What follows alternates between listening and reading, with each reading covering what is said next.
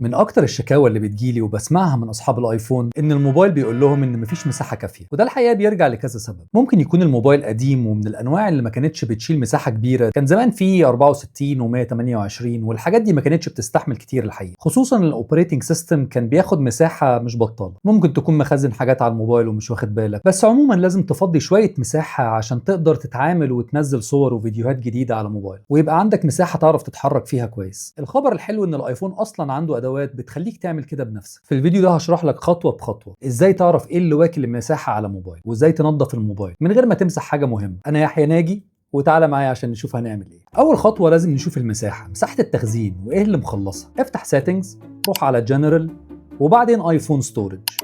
هتلاقي فوق رسم بياني بيوريك المساحه الكليه قد ايه وايه اللي واخد منها بالظبط: تطبيقات، صور، ميديا، بيانات اي او اس، بيانات النظام. عموما لو لقيت مساحه فاضيه كبيره فمبروك عليك، بس في غيرك مش لاقي. ولو البار عندك كده ملون وملظلظ زي حالاتي يبقى لازم حمله نظافه فوريه. بس في حاجات اساسيه مش هتعرف تعمل فيها حاجه، زي ما انا قلت لك في الاول، زي نظام التشغيل، زي الويندوز كده على اللابتوب بتاعك، مش هتعرف تمسحه للاسف. ولو عايز تعرف واخده مساحه قد ايه، هتنزل اخر الشاشه تحت وهتلاقي البيانات الأساسية للتشغيل والمساحة اللي مستخدمها. تاني خطوة هنبتدي ندخل نشيل التطبيقات القديمة اللي انت ما بتستخدمهاش. كل تطبيق بينزل بياخد مساحة، وفي تطبيقات بتستهلك مساحة ضخمة وانت مش واخد بالك. افتح قائمة التطبيقات اللي واخدة مساحة كبيرة وشوف تاريخ آخر مرة استخدمتها. مثلا لو عندك تطبيق زي سيكست، أنا كنت منزله في السفر بس ما بستخدموش دلوقتي، احذفه على طول. مش لازم يفضل واخد لك مساحه على الفاضي. لو مش عايز تمسحه خالص ممكن تعمل كمان اوفلود اب، وده بيمسح التطبيق نفسه لكن بيسيب بياناته، يعني لو رجعت نزلته تاني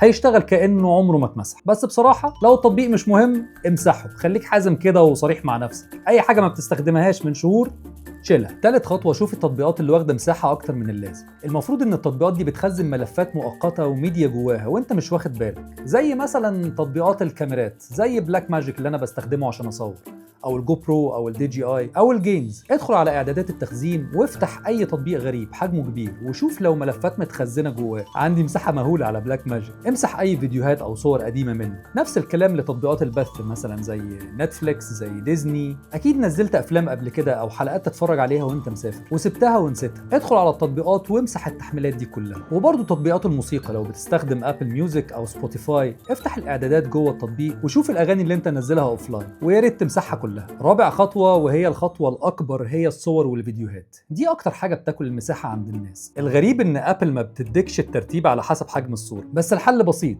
هتدخل على سيتنجز، جنرال، ومن ايفون ستورج هتدخل على الفوتوز. اول حاجه هتفضي كل حاجه في ريسنتلي ديليتد البوم، ده هيفضي لك كل حاجه انت مسحتها اصلا من على الايفون. وبعدين هتدخل على ريفيو يور فوتوز اند فيديوز، هتلاقي عندك الفيديوز اللي موجوده والسكرين شوتس كمان.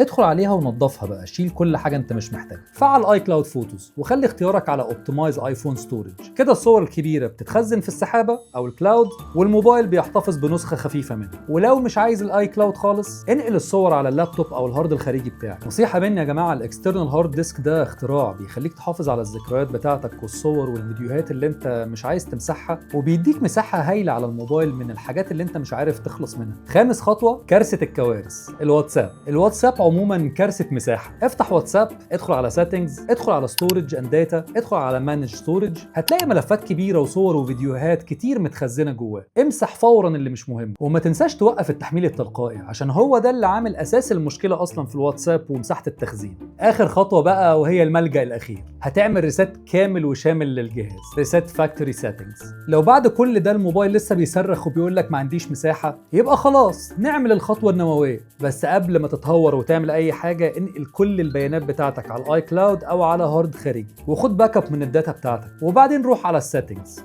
جنرال، واعمل ريسيت للفاكتوري سيتنجز، وده هيرجع الموبايل زي اول يوم اشتريته فيه. وساعتها بقى تبتدي تنزل التطبيقات اللي انت محتاجها بس، وتتخلص من كل حاجه قديمه. عموما ده كان نبذه مختصره عن كل اللي انت محتاج تعرفه علشان تنظف المساحه على الايفون بتاعك من غير وجع دماغ. جرب الخطوات دي واحده واحده وهتتفاجئ قد ايه المساحه زادت وقد ايه الموبايل بقى اسرع. واكتب لي يا ريت في الكومنتات ايه اكتر تطبيق واخد مساحه عندك، وايه اكتر خطوه لقيتها مناسبه عشان تفضي مساحه على موبايلك. ولو الفيديو فادك يا ريت ما تنساش تعمل لايك وسبسكرايب، عشان ده فعلا بيساعدنا ان احنا نعمل حلقات تانية عن اسرار الايفون وعن اسرار التكنولوجي بشكل عام. وسلام.